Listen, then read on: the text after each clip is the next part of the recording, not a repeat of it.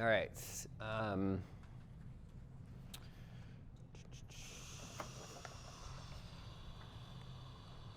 How's everyone doing? You guys are pumped, right?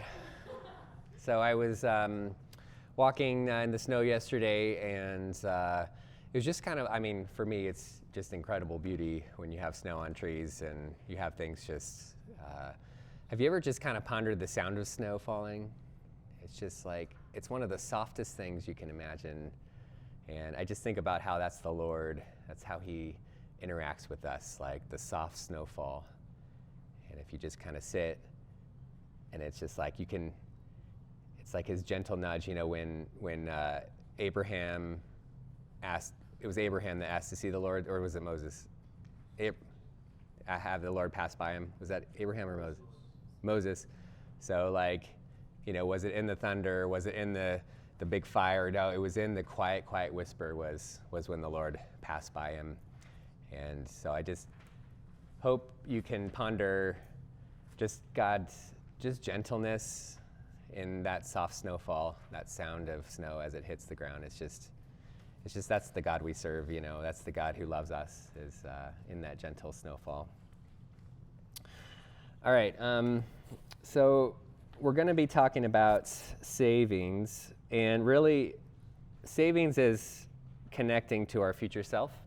So a lot of what we're going to be talking about is, who is this future self? And then we're going to get to the practical sides of savings, but self and control. Self-control is actually a really important part of our lives. Delayed gratification is a good thing. This is Silas and Sage and me and Tammy many days. You know, it's like, I feel like when you see a child have a tantrum, it's just because they haven't learned to like keep it in, but we all have tantrums. Like, I feel like adults have the same exact tantrums, we just don't like express it as openly. There's a famous Stanford experiment. Has anyone heard of the marshmallow experiment? Yes. So they, if you haven't heard, they put children in a room, and there's different variations of it. I'll say one variation. They put a marshmallow in front of the child, and then they say, I'm going to leave the room now. If you can wait and not have this marshmallow, then I'm going to come back with another one. But if you can't wait, just go ahead and eat this one.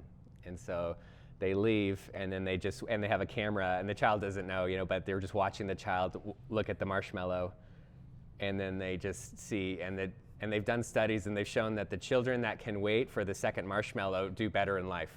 They tend to have higher GPAs, they have higher satisfaction, they have higher well-being, you know, and they studied all the different ways that kids deal with waiting. So some kids would kind of lick the marshmallow, and others would kind of nibble the sides, and others would just like put it in their mouth. But yeah, so children who have, let me just make sure.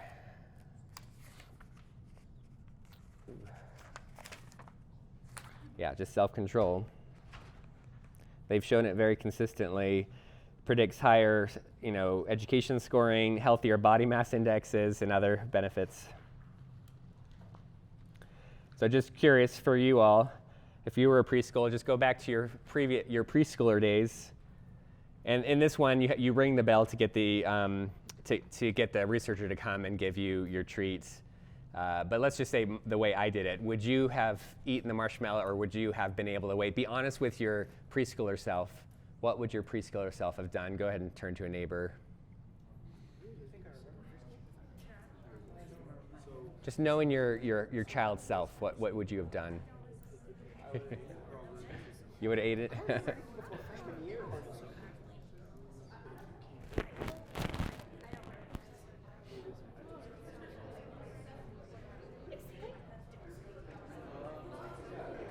You need something? Okay, yeah, there's an extra one there if you want. This is mine. Yeah. Yeah.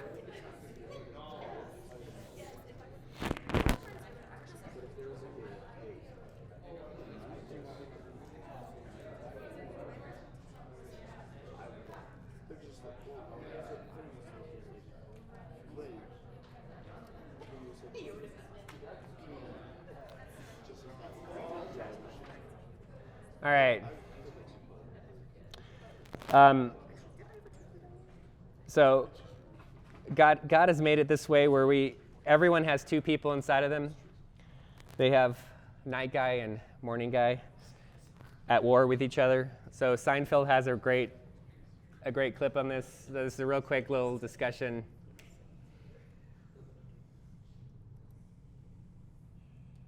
I never get enough sleep. I stay up late at night because I'm night guy.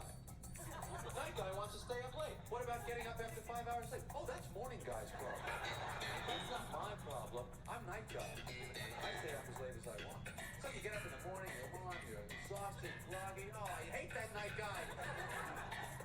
See, night guy always screws morning guy. There's nothing morning guy can do. The only morning guy can do is try and oversleep often enough so that day guy loses his job and night guy has no money to go out anymore. All right. So studies have shown that that every person is conflicted by two different time horizons within them, a doer and a planner.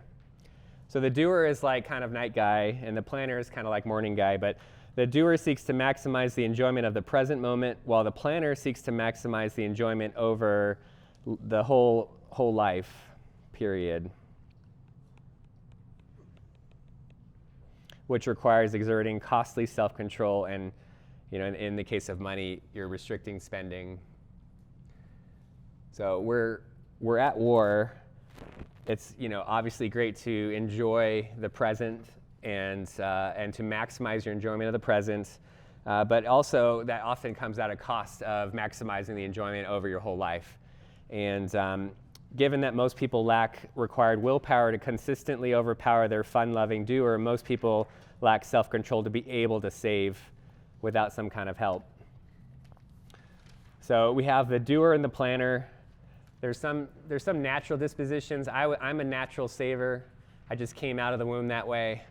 The moment that my parents gave me allowance, I immediately turned it into what's called annuity, where I was like, this is a repeated payment, and I'm going to accumulate. That was kind of my first thought. Whereas with other people like Silas, he's going to think, I have $5 now. What can I spend? How can I enjoy this now? And that's more of the doer. And then if you think of an allowance as more of something you could save, then you're probably more of a planner. So sometimes you're going to have more of a planner in you. Sometimes you're going to have more of a doer in you. Consistently, though, overall, our doer tends to overpower our planner, and so we have poor savings behavior. 42% of Americans have less than $1,000 of savings. The average savings account in America is $4,500. The savings rate is around 9% of income. The household savings rates recently was only 5%, and then only 28% of Americans could survive 3 months on their emergency savings.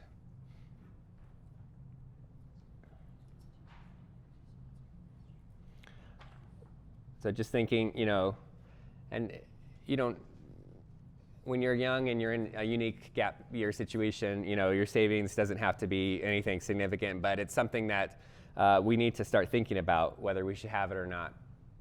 And really savings, the people that save naturally and the people that are able to save, the studies have shown they're more connected to their future selves. Your future self is a part of who you are today.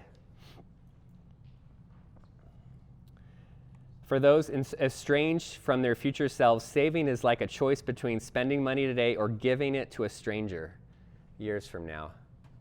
So if you can get connected to your future self, saving behavior is going to be a little bit easier.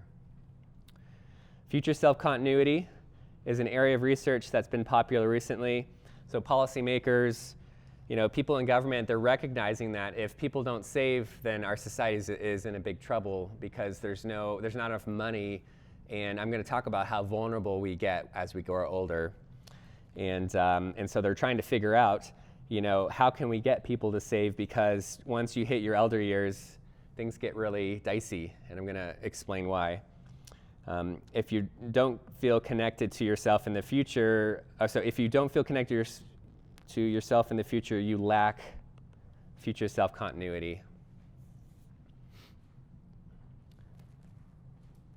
So they're trying to understand why people tend to place less importance on future rewards when compared to current rewards. As people do this, then they easily dismiss any activity that has a current cost, even if it has a big future reward. So we're going to think about future self in two ways. We're going to think about our spiritual future selves and then our actual bodily future selves. Yeah.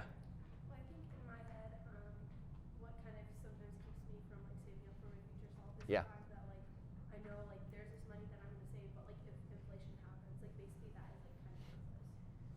Yeah. No.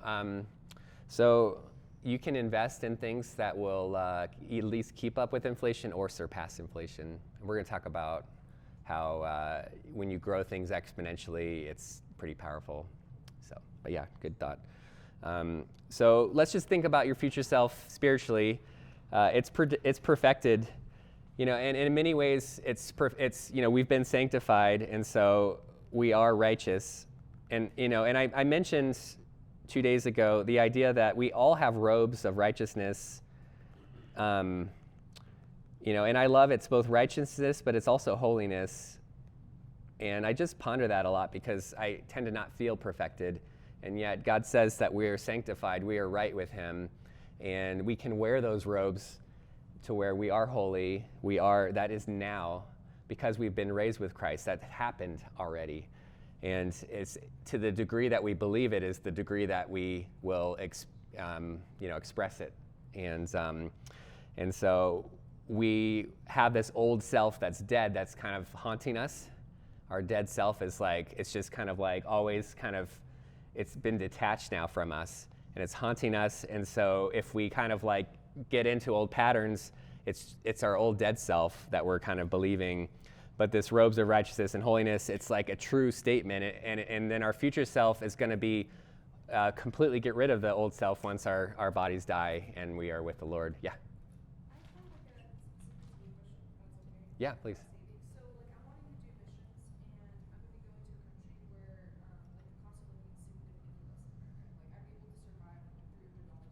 Yeah. And so, I guess I'm thinking, even if I do save with the income that I get there, what I need to survive there, when I retire and I come back to America or come back, Yeah.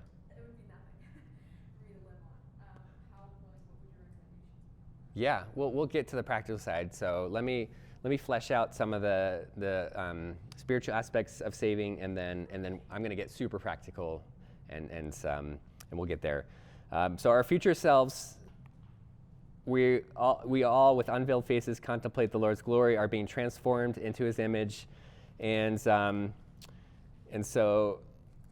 we are becoming more like Christ, and our sanctification is an ongoing process. It's just a matter of time before, we are going to be completely perfected to where there's no old self that's bothering us. And, it says now we're children of God, not later. And when Christ appears, we see him as he is. That hope, it's just the hope that purifies us. So in this very moment, if you hope that you will be like Christ, you actually become more like Christ in that very moment. You become pure and you get to, wear these robes of righteousness and holiness in that very moment you believe and see Christ as he is. And so that's our future self that's happening. That's important to reflect on. There's also another future self, our actual bodies.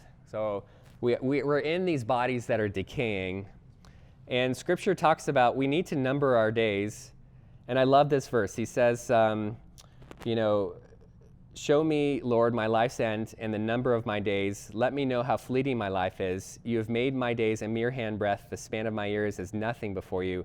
Everyone is but a breath, even those who seem secure. And so Scripture talks about when you number your days, it's wisdom. And so we should always realize that outwardly we are wasting away, even though inwardly we are being renewed day by day. And because our bodies are decaying and wasting away, when we become elderly, we are vulnerable. We are inherently vulnerable physically, mentally, and financially. And so savings is something that addresses the vulnerableness of our financial situation. And we become vulnerable because our earned income shuts off. So while we have healthy bodies, we can earn income. And the moment that our bodies start to shut down, and it's different for most people, but it's usually around late 70s, you really start to see the shutting down of a body to where it's not able to earn income quite the same way. It could be that your mental starts going away, or it could be that your bodies just start going away. But like so right now I'm targeting 72 as when my earned income starts to really diminish.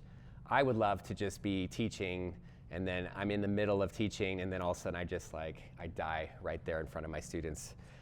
That's like my goal. I don't want to retire.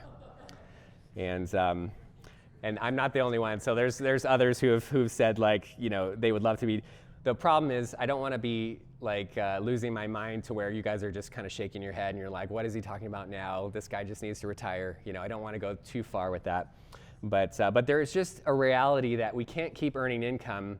And so we need to figure out, what are we going to do during the 20, 30 years? Well, it depends how long you live. If you stop being able to earn income mid-70s, and let's say you live into 100, or at least your 90s, that's a long time of not having earned income.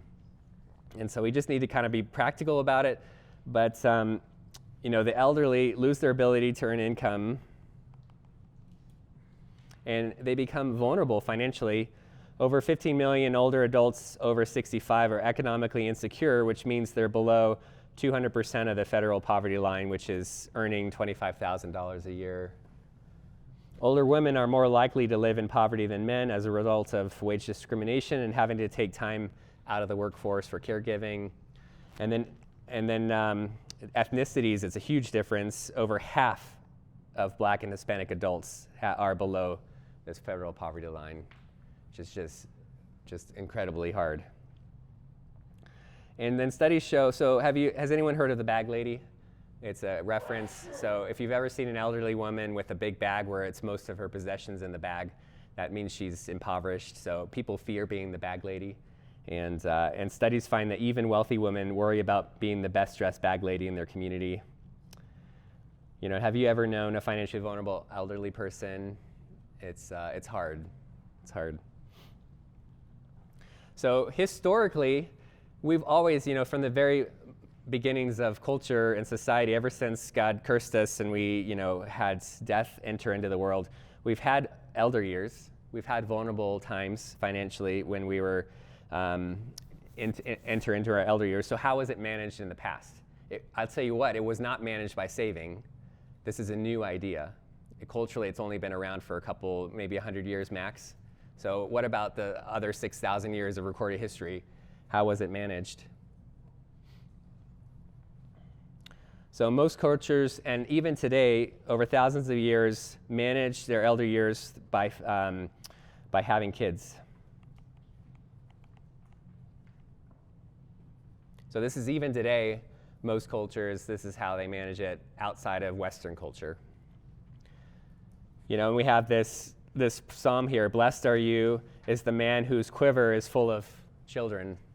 And it was something that made them more economically secure, as well as, it was a heritage. It created rewards, created security.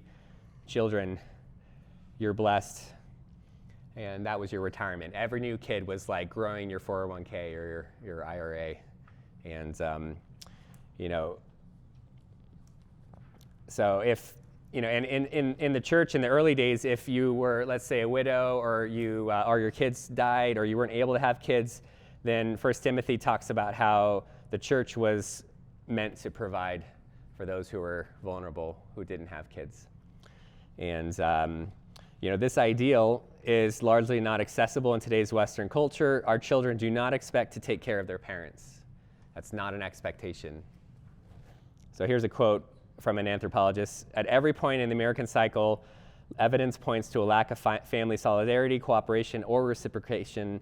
With this kind of ethos, societal members can expect little support in old age, either from families or from an independence-oriented society.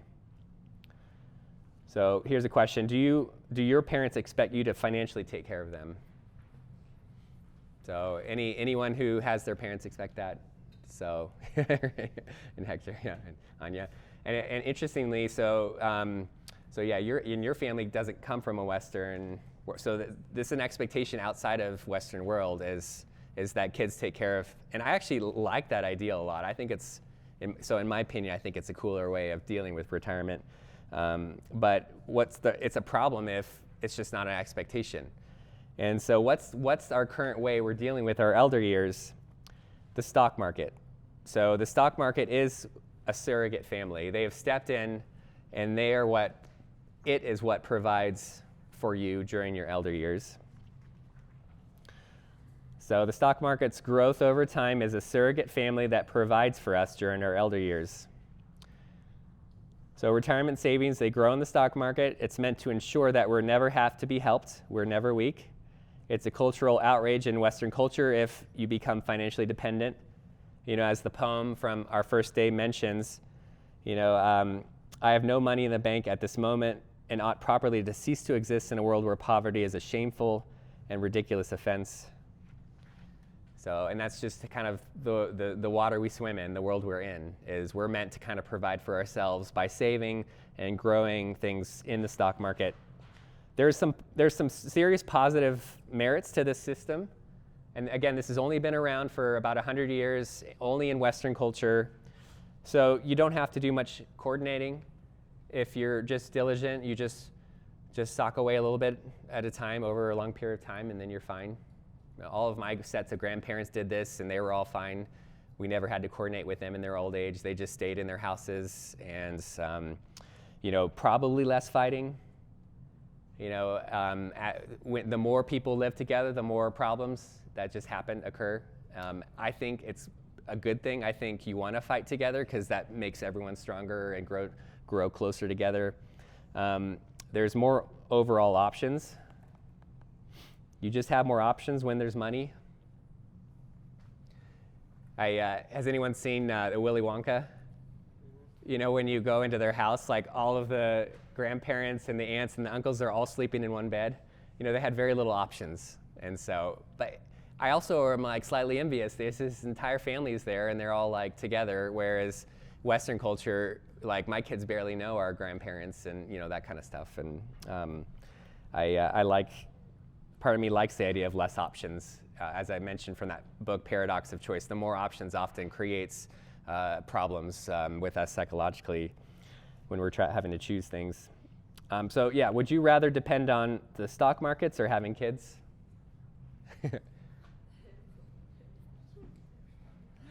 Ian, where would you be at? A lot of people here know that I don't want kids. You don't want kids? Okay. So stock market for you. But that is a good question. Right? Anya, what do you think? What would you?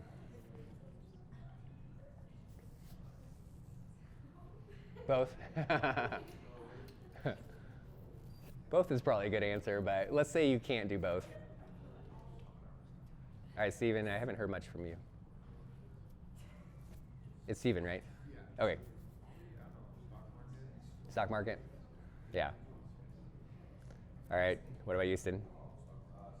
Stock market? Any solid like kids for sure? Oh, dude. All right. You want the What if like it's your time, you need them now, and they're like, you're so lame, mom, dad. Why didn't you just? That's why you have more than two. Yeah, Kate. I heard I'm crazy too. So I grew up in a culture where like you just depend on your children. Yeah. I don't know. If there's something really special about how like intimate and closer like your family is and how you care for someone. Yeah, I totally agree. So it's like, yeah, I just think when you restrict yourself, I think there's some beauty in that.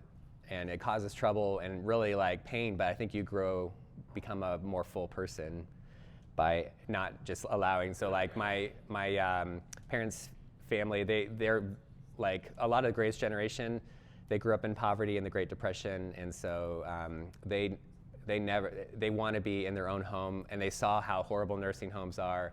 And anyway, so like we're in a situation where we're trying to her dad has stopped being able to get out of bed, has stopped most activities of daily living, and so, but they want to stay in their house, and it's just really hard. But I was like, why can't we just all live together? But then they want to be independent, and anyway, it's tricky. Family's tricky. And all right, so let's learn about the stock market, just so we can understand. All right, so this is my background. This is what I've done my whole professional life is I've invested in stocks. I was a stock picker. I valued stocks. Like when I would look at a stock, I'd meet with the CEO, the CFO. We'd become top 10 shareholders. Like they'd fly over to us. I'd build a model. I'd determine what the value of the company was. And I mostly did Japanese insurance companies, just surprisingly. But I also did some fun ones like a New Zealand fishing company. So I got to learn all about how fishing trade works. And then one company that was really hard for me was I did Japanese tobacco. And I had to soul search, because I would never want to invest in a company that just, its product kills people. But is valuing the company, is that unethical? It's determining the price that it should be worth. And so I came away thinking it's okay to actually just understand the company's worth, and that wasn't unethical versus buying it, which in my case would be unethical. So when you have, the basic idea of a stock is you have a company, and let's say Sage's Lemonade Company, so my daughter. So she has done a lemonade stand. Let's say it's just hopping, just tons of business. We're like, we don't have enough lemons or employees to really deal with this demand. It's just growing like crazy. We need more money. So you need to raise money. So normally to raise money, you'd have to historically, you'd have to go out and find people to give you money, and they become partners, become what's called general partners. But then now you have to find them, or you'd go to the bank, and then the bank would give you money. But most bankers don't give money to new businesses. You have to be established. And so there was a new invention, and they called it a limited liability corporation, or LLC. It supercharged the ability to raise money since it issues shares of ownership to investors who cannot be sued. So they have limited liability. So historically, if you become a business partner, no one would want to do it unless they were comfortable that you would run your business in a way where you wouldn't get sued. Because if you were a general partner, let's say Sage accidentally left a razor blade in her mixture of lemonade, and then someone accidentally drank some lemonade with a razor blade, and it's a horrible example, right? But those people would sue Sage, but then they'd also sue all of the general partners. So you could lose your home if you invested with Sage's Lemonade Company, which has razor blades in the lemonade. And so no one wants to take that risk. And so what they did is they created a mechanism where you just would become a corporation. So Sage would register her corporation with any state. You could register. Most people do it in Delaware, because Delaware is the most liberal with protecting corporations. And you don't want to incorporate in California because they're going to side with the customer more than with the corporation. But Delaware will always side with the corporation. And so everyone incorporates in Delaware, becomes a corporation, which then allows you to issue shares. Every share is ownership in the company's profits. And so when you buy a share, you're essentially giving your money to the company, and they then will use that to expand their business. So Shake Shack, has anyone had Shake Shack? They did what's called an IPO, and that's initial public offering, where they said, now anyone can own Shake Shack. And so they issued 100 million shares, so anyone in the whole world could own and benefit by Shake Shack's growth. And Shake Shack did it because they needed $100 billion to be able to grow outside of the US or grow globally. And I don't know what some more recent IPOs, that happened maybe 10 years ago. I'm not in the know as much. I used to get these packets I'd get on my desk, and they were called red herrings, and they were, I would have to figure out the value of these IPOs, because they'd put out an initial value of what they think their stock should be worth. And so anyways, the moment you buy a stock, then let's say you buy one share of Shake Shack, then now you are a partial owner of the company. So that's the idea. Does that make sense to everyone? So you get to own shares, and so if you buy a share in Coca-Cola, then you're a partial owner if you buy a share in Apple. Then if Apple does well to where they have sales that are higher than their expenses, that's profit. That profit gets divvied up between all of the shareholders. Does that make sense? And so the more the company grows, the more your share grows. So like Tesla. Now every share has a ticker, which is like a 2 to 5 letter representation of the company. So tickers represent the shares. So Coke's ticker is KO. Pepsi's ticker is PEP. And you just kind of learn these tickers. So whenever you see shares of stock, they are represented by tickers. And I'm going to show you how to invest in a share of stock. But let me just show you all of the tickers that are out there. So let's say we look at let's look at the US first. So these are all the shares of stock that are available in the US. The larger the square, the larger the company. So what do you think MSFT is? All right, so Apple and Microsoft. So Apple is the king of the hill right now. They're the largest one, and it's by sector. So do you guys know what Meta is? Yes. Facebook, Google, Amazon. So some are really easy tickers. Does anyone know WMT? Walmart. I heard it. Yeah. J&J, Eli Lilly. Pfizer is PFE. V is Verizon. I'm not sure what MA is. Oh, no, so sorry, this is Visa. Visa and MasterCard, because this is credit cards. Verizon is, I think, VZ. But anyway, all you have to do, let's say you like a product, you think it's awesome, you like Tesla, you like Apple, you just have to go and buy a share, and you just find, usually you can just enter in the company name, and then the ticker will pop up, and you buy one share of J&G or J&J. If you're, during COVID, if you're like, oh, I think J&J is going to have the rights, what is it called, booster shot or whatever. And recently those stocks haven't been doing as well because people, because COVID kind of passed. And so those are the biggest US companies to invest in. If you look at kind of the world, the biggest one in Taiwan is TSM, that's semiconductor chips. In China, it's Alibaba, that's the eBay of outside of the US. Ireland, I don't know what ACN is. There's Mexico and Canada. You can see though, so Israel, where you guys are going, they have an established market that's big enough where you can invest in Israeli companies. South Africa, Italy, the biggest stock is Race, which I think it might be Ferrari or something. I don't know. Brazil, and then what these are the local markets have more investments, but these are tickers where they've raised money in the US so you can buy them using US dollar. And so if you actually go to Taiwan, there's much more companies, but you'd have to exchange your US dollar for Taiwanese dollar. But these are what are called ADRs. These are all companies you can invest in with US dollar where you don't have to do an exchange rate. Yeah. Yeah. Cyclical, yeah. So defensive means it's products that people need so that even if there's a recession, people are still going to buy. Cyclical means when the economy is doing well, then people will buy more of it. And when the economy is doing bad, people will buy less of it. So it's on the business cycle. And so whereas defensive means you're still going to go to Walmart and Costco even when there's a recession.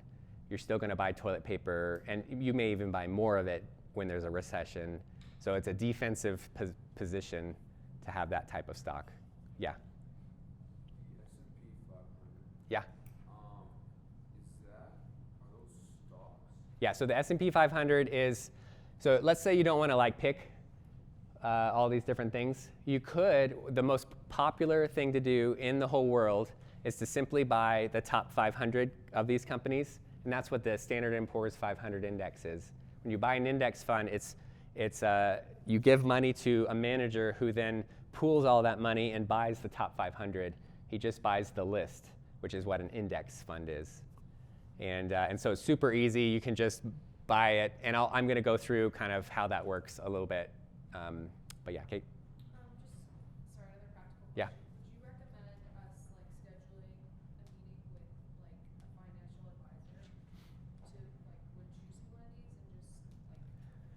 I know. It's if you have access to a financial planner or advisor, that's like the top thing to do for sure. And it's kind of like a mechanic. Like you can learn everything and change your own oil, or you can just go to a mechanic, and that's usually the safest thing to do. But you can, some people just love learning this and will kind of do it. Yeah. Do you have a financial advisor, and how do you like pick your stocks? And then also, what are your thoughts on like Warren Buffett? Do you take recommendation from that at all? Yeah. So so Warren Buffett's like my hero. Any Warren Buffett book you read about him or that he's written will benefit you, will help you pick stocks better. There's different philosophies about how to pick stocks. There's value versus growth. Value, you try and pick stocks that everyone hates, which means that the price is probably cheap. And so as long as you're careful and you just assume that everyone's overreacted, then you'll do well. That's what Warren Buffett does. So I look for hate. I love it when everyone hates a company. That gets me excited because then it's probably I can buy it cheap. I want to buy cheap things, and that means like there's very little less it could go. So I'm actually managing my risk. Whereas growth, everyone loves. It's on its early growth cycle. It's growing like crazy. So Tesla is not quite growth now because everyone's starting to not like it. But earlier, Tesla was a pure growth stock. It's in a phase where it's expanding. Everyone loves it, but it has a big, far drop to go. And so I get uncomfortable with growth. And so those are two different philosophies. What I would do for each stock I would value, I'd spend over a month, 40 hours a week, and I'd be meeting with the executive management. I'd have access to all the best information. Most people don't have that kind of time, right? Who has that time or the training to be able to do that?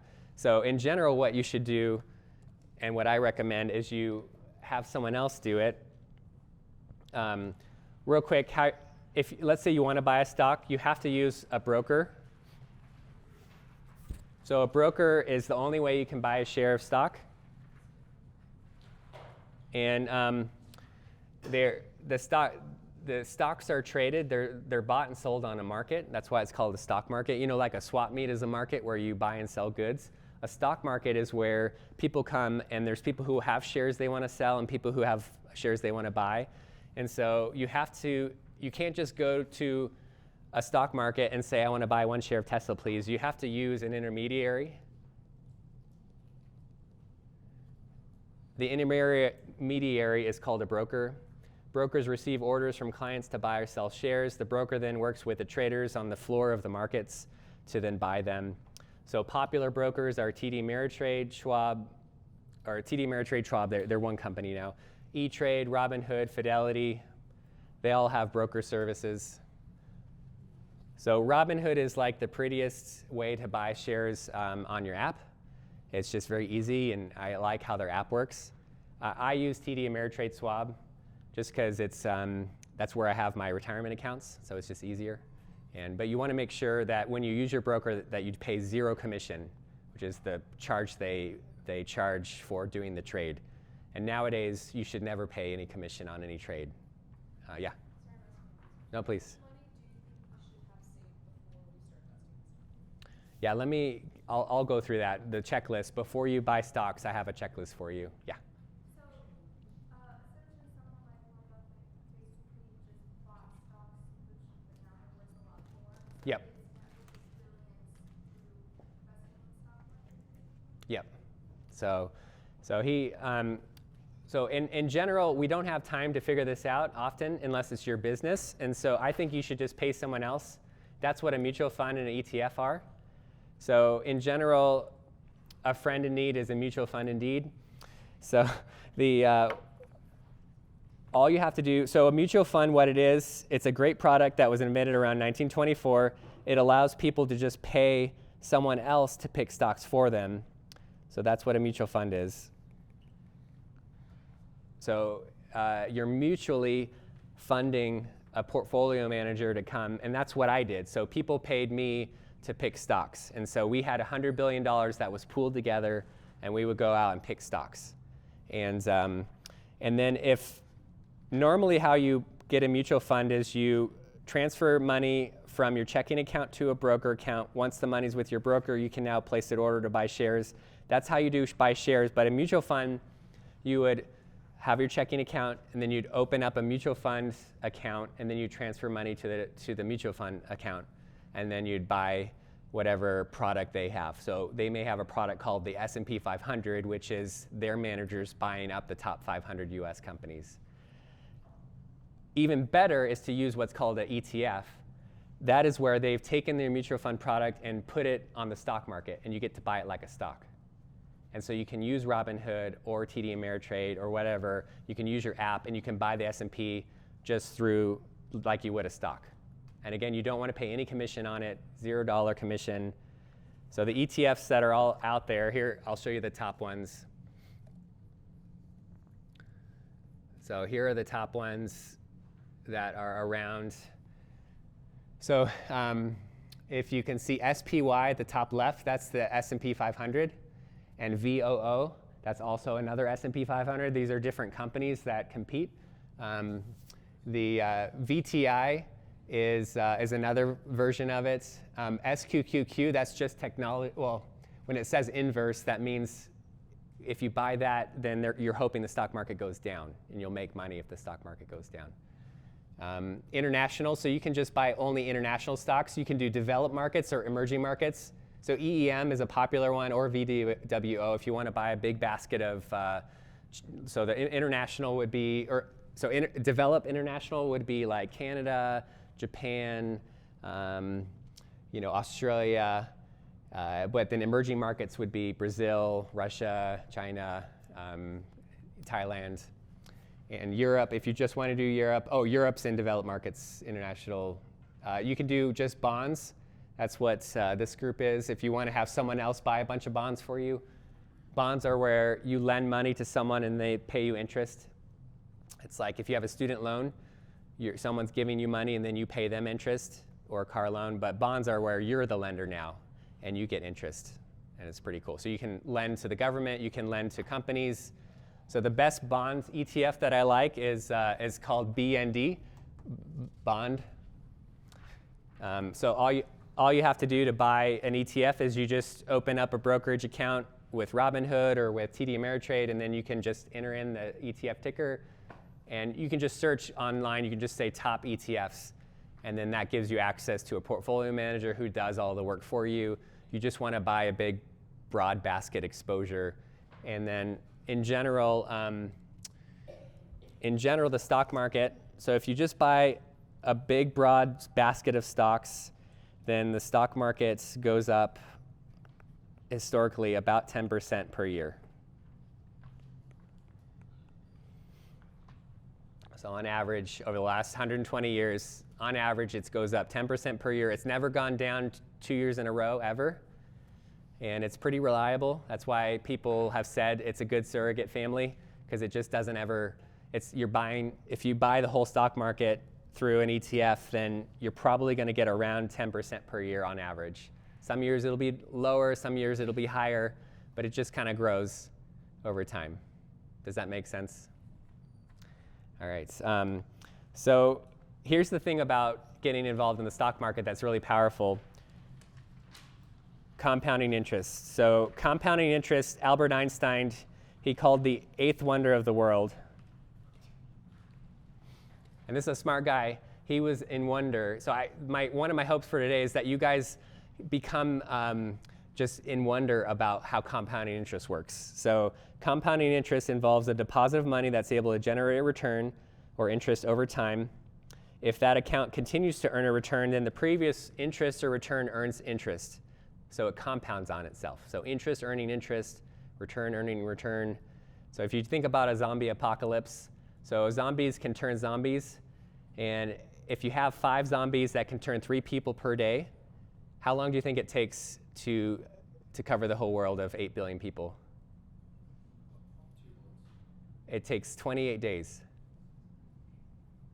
So 28 days, and that's compounding. So Jesus is like, all I need is 12 disciples, and that's going to cover the earth. And that's because of compounding, because of how when disciples make disciples, when zombies make zombies, when interest earns interest, it grows exponentially. And so anything that compounds on itself is incredibly powerful. Exponential growth is the most powerful force in nature. It's how human cells are able to grow. It's how human life grows. It's how just 10 infected people, shut down the entire world for COVID. It's how 12 disciples, turned the whole world upside down. And so anything that grows exponentially, we should stop and just take note. And we actually have the ability to access exponential growth just simply by putting money in something that grows over time. And the difference between exponential growth and non-exponential growth is not very dramatic during the first 20 years. So let's say you put in 25,000, you earn 12% over 50 years. You can see an exponential function takes a while to get going.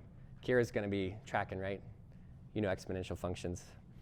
The difference with an exponential function, it starts to get really, really dramatic the longer you give it.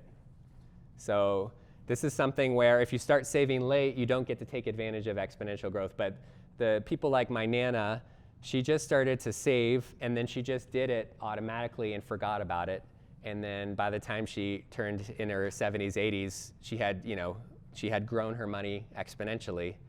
And it's usually the simple, I'm just going to set money aside and forget about it, that ends up creating the most amount of wealth over time. Yeah. I just want to make sure high yield savings accounts are right? I'm sorry, what? High yield savings accounts are So a high yield savings account is going to earn between 2 and 3%, whereas the stock market is going to earn probably around 10%. And so the higher the return, the more pronounced the exponential curve is. Yeah? For certificates of deposit, Mm-hmm. when would you recommend, how much money would you recommend we have before, investing in a certificate of deposit? Because those go for, 5 years? Yeah, so I would never do a CD. I would do an online bank instead of a CD, Okay. because an online bank will get pretty close to that 2 to 3%, and CDs are around 2 to 3%, and you can access them anytime, whereas a CD you have to wait. So the checklist on when to invest in the stock market, I think it's an exercise, but I'll just put it right here. First thing is you want to have an emergency fund. Make sure that that's in place.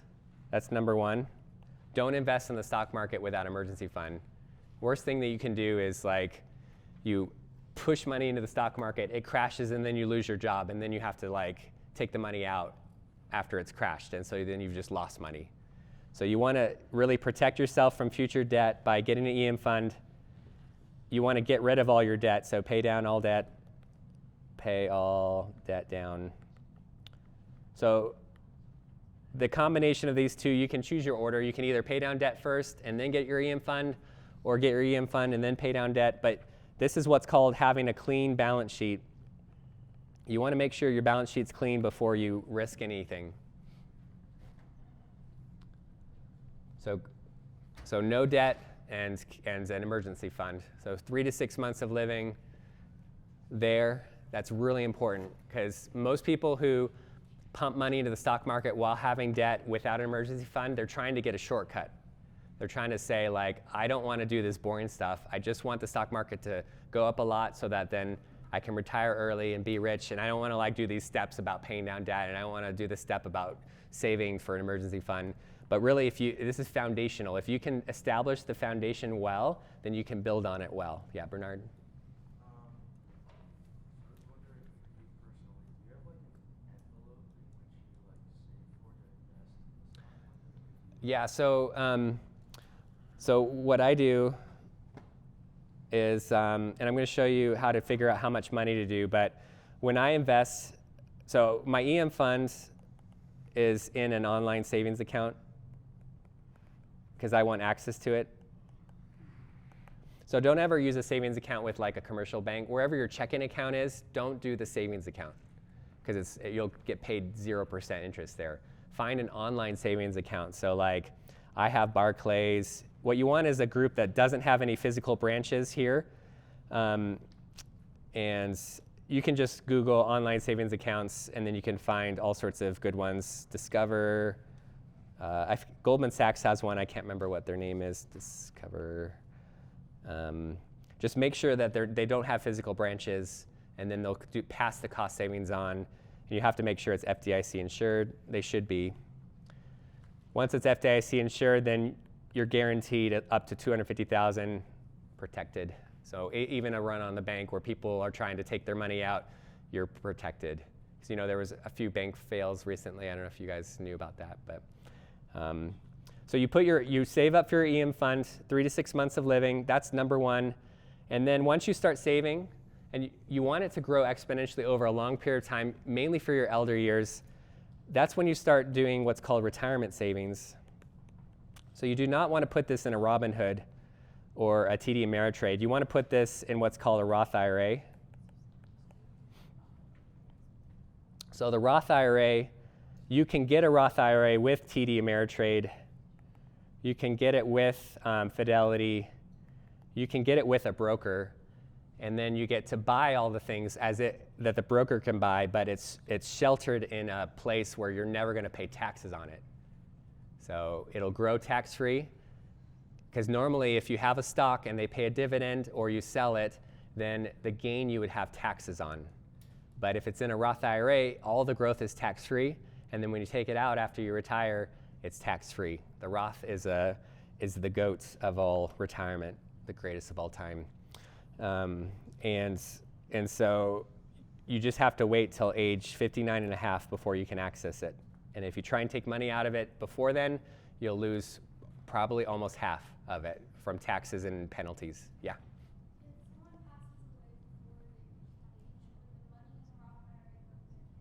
Yeah, so it becomes an inherited asset, and they have usually 10 years to spend it, to grab it.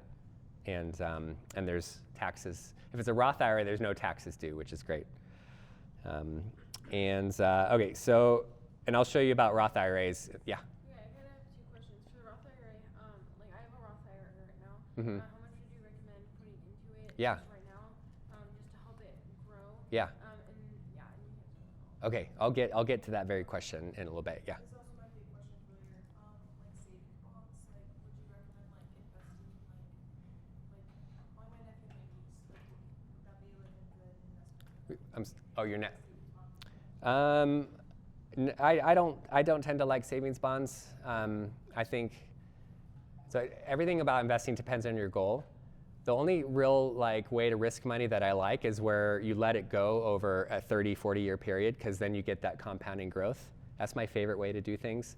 If it's anything else, like for, let's say, a house or a car or emergency fund, all of that I put in an EM fund, or I put in like an online savings account and just earn the 2 to 3%, because I don't want to risk something that it goes down. So if your nephew, if you want him to have access to, what's really fun is to do a college fund, and the best college fund is called a 529 plan, and you can do that with any state. That grows tax-free, and then you can have, it's really, if you ever have a niece or a nephew that gets born and you want to give a really cool gift, just open up a 529 plan, put a couple $100s in it, and give it to your, whoever it is, sibling or cousin, and then it's like a really fun thing when you have a new kid, and then now someone gifts you a 529 plan, and it just grows tax-free. It's a triple tax savings often, but yeah, Josh. When investing in the stock market, do you recommend investing in companies that have good dividend yield? And do you invest in a lot of companies too? Yeah. All right. So many questions. Okay. So let me think where to go. So traditionally, what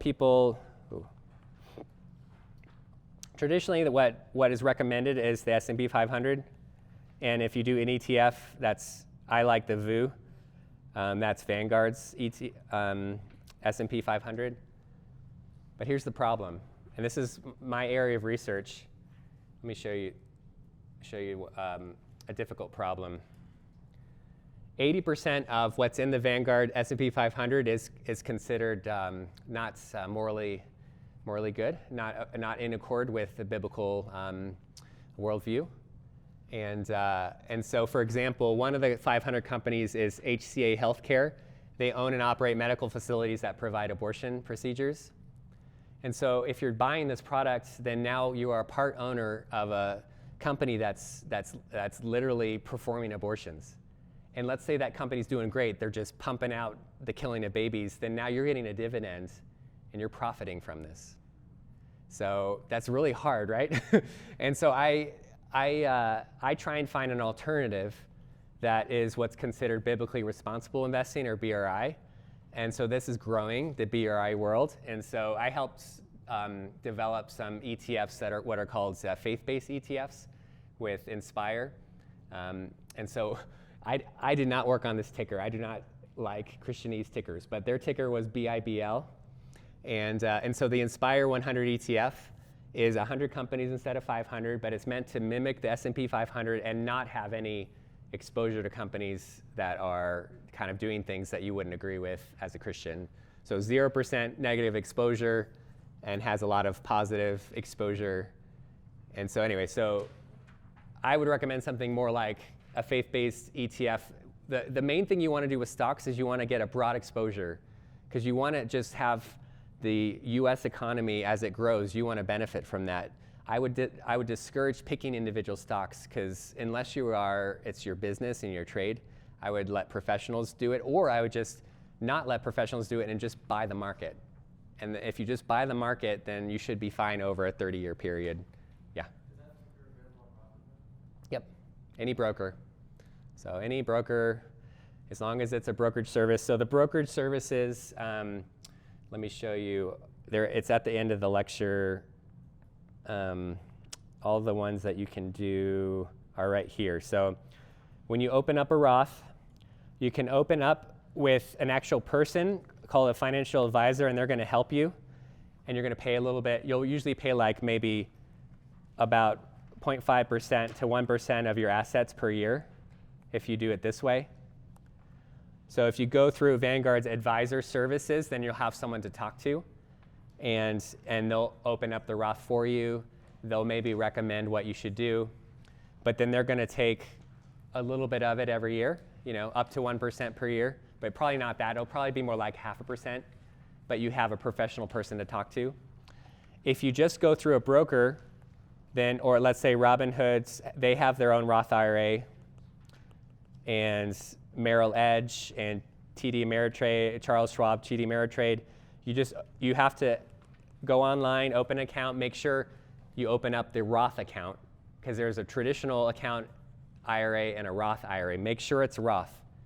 That's very important. And then you can also do what's called a robo-advisor. So has anyone ever done TurboTax or TaxSlayer or whatever? You know how they ask you a bunch of questions in a computer? That's what a robo-advisor is. You fill out survey after survey, and then they will tell you what product to buy. So it's a computer that is pretty good. And Betterment is the top one, but all these places have robo-advisors. So then, for me, I do a broker just because I just buy the market. I don't pick stocks anymore. I don't have time. I'm a teacher. So I don't ever pick stocks. I just want the whole world exposure, but I want it in a biblically responsible way. So I find groups that are doing things according to a biblical framework. Inspire is one of them, and Timothy Plan is another. Those are the two big ones right now that have products. So you go to the broker. Let's say you open up a Roth IRA with Robinhood. You would then find an Inspire fund. Let's say you would enter in the ticker BIBL for buying, and then you can just buy a few shares of BIBL, and that's it. And then you have exposure to the US economy. It grows over time, probably about 10%. If you can leave it for 30 years, it's going to crash pretty soon at some point. But you just kind of get in, it crashes, it's fine as long as you just have it. The thing you want to be is simple. The simpler you are, the more you're going to benefit. People who trade a lot, they tend to underperform a lot. But if you just put it in and you just contribute a slow amount over time, that's the key to harnessing the power of compounding growth. Yeah, Sophie?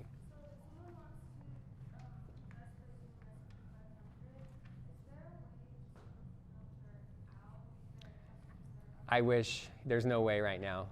If you're rich, you can do what's called a separate account, and you can have someone take out all the bad stocks. But in the end, you have to work with a group like, another one I really like is Eventide. So these three groups, they have plenty of exposure. They have like a world product if you want to just buy the whole world. They have a US, they have a bond product, if you just want to buy all bonds. They have a small cap product if you just want to buy smaller companies. Smaller companies have been shown to outperform larger companies over a long period of time. You can just kind of what I recommend is be simple and just get broad exposure to the whole world. Yeah, Kate. It's gonna be a simple question, but you said there's gonna be a crash coming. Yeah. Would you recommend us buying then? I don't think so, because if you haven't bought and it crashes, then I would kind of stress trying to get in soon. But I wouldn't wait around, because it can take years for a crash to occur. And once a crash occurs, it's really difficult to know where the bottom is.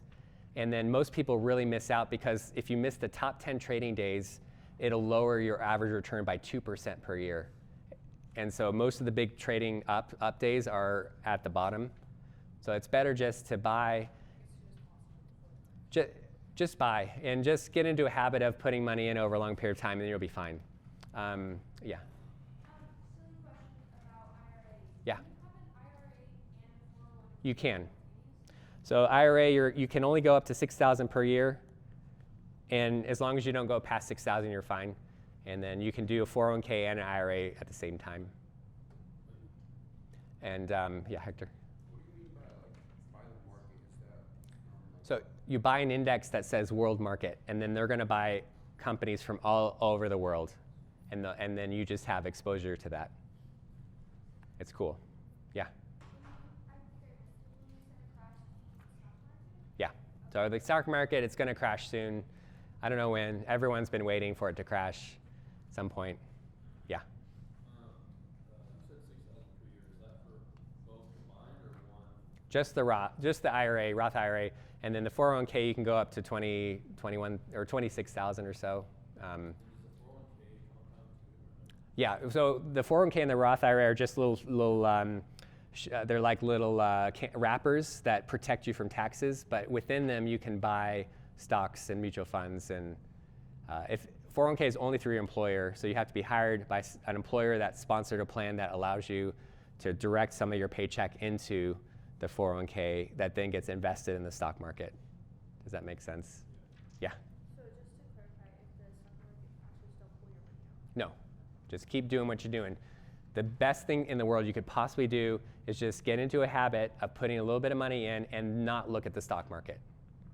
Do not look at it. I only look once a month just for accounting purposes, but I would much rather only look once a year if I could. Yeah. And you mean like little bit? All right, so the amount of a little bit, which you guys have all been asking, so roughly 10% of whatever income you're earning is a rule of thumb.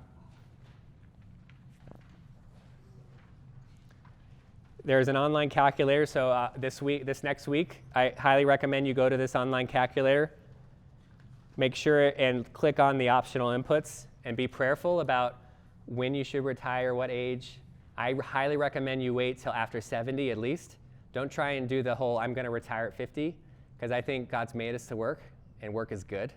And as you determine, so this calculator will tell you a certain amount to invest in. Roughly 10% is what's considered good, a good practice.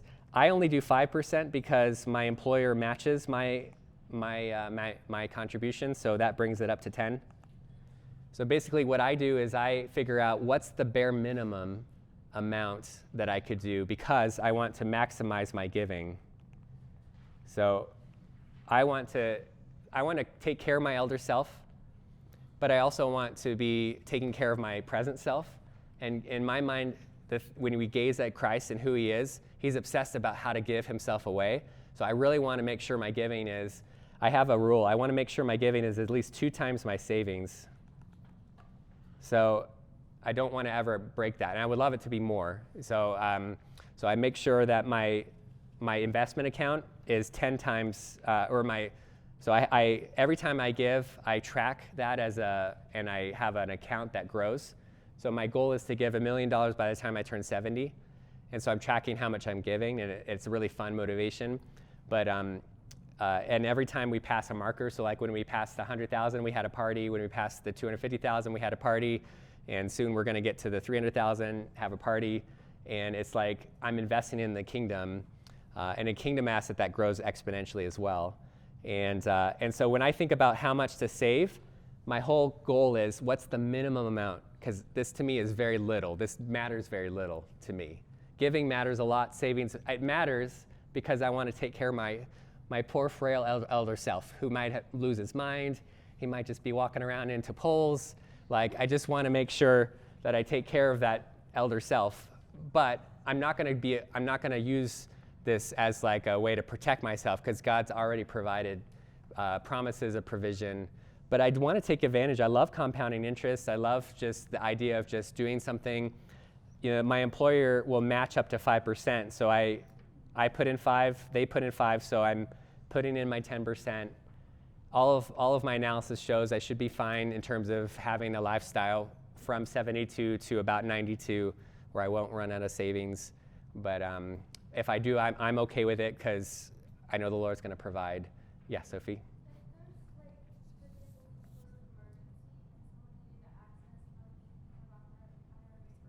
Yeah.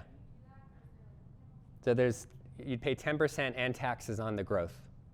So 10% penalty and taxes. There's a few exceptions, like if disability, or if you're paying for school, or first-time home buyer. They have a few things that you can access without the penalty, but you'll still pay taxes on the growth. So in general, it's best to wait till you're 59 and a half. The last thing I really want to stress is you want to surrender as you grow the money, and especially if you can get on the curve and you start seeing it really build, you want to make sure you don't idolize it. You want to make sure you don't think that that's your safety, and you want to be surrendered. You know, Mary in the jar of alabaster oil, that was her retirement savings. That was her dowry. You know, and for her, I imagine she was probably walking by seeing that every day, saying like, that's part of my protection. You know, if you're a widow or if you're unmarried, you're very vulnerable. And she's seeing that like, you know, thank goodness I have this. This is going to help protect me from being vulnerable. And yet there was a moment that she took it and she just shattered it at the feet of Jesus, you know, and she did something that all financial planners would have said, don't do that. And all of the people in the room said, don't do that. You know, all of his disciples were angry. And for me, you know, the cost was great, but the reward was pretty spectacular because Jesus said, this story is going to be told to all future generations. And so, you know, my prayer is that you build an elder years reservoir that you can access during your vulnerable elder years times, but you gently lift it up to the Lord and allow him to be fully sovereign over that future self. And you recognize that he is good and often wants to use investment planning to showcase his provision for us, but not always. So what we do is often the way he's providing for us, and yet sometimes he's going to say, you're doing everything right, now do something really wrong and just give it. And so as long as you're available to that, I think you'll have the right heart. You'll be able to grow savings and be protected. But my heart is, I think savings are dangerous. I'm going to do the minimum amount of it because I care about my elder self. And I really want to stress, make sure if someone looks at my books, if someone looks at my YNAB, it's very clear that I value giving above savings. I want to make sure that that's very clear. And so I kind of track that. And so, yeah, you can. So in the end, I'd recommend opening up a Roth IRA, figuring out how much you should save. Make sure you have an emergency fund and no debt before you start risking money. I just think you always want to have a clean balance sheet because that'll avoid credit predators and getting into slavery, because we don't want to do that. Does that make sense? And am I way over? Well, we just need to start the all in the next couple minutes. Okay. I have one question, and then I'll be around if you guys want to ask more. Is there one more thing you guys want to know? Okay, great. So please see me after when we're around. But yeah, it's been a pleasure. Thank you so much. I know things are super hard this week, but yeah, please, if you ever in Biola, look me up, visit my office. I live near campus. We can maybe even host you for dinner. I have students over all the time, but all right, I will. What was that? Oh, yeah.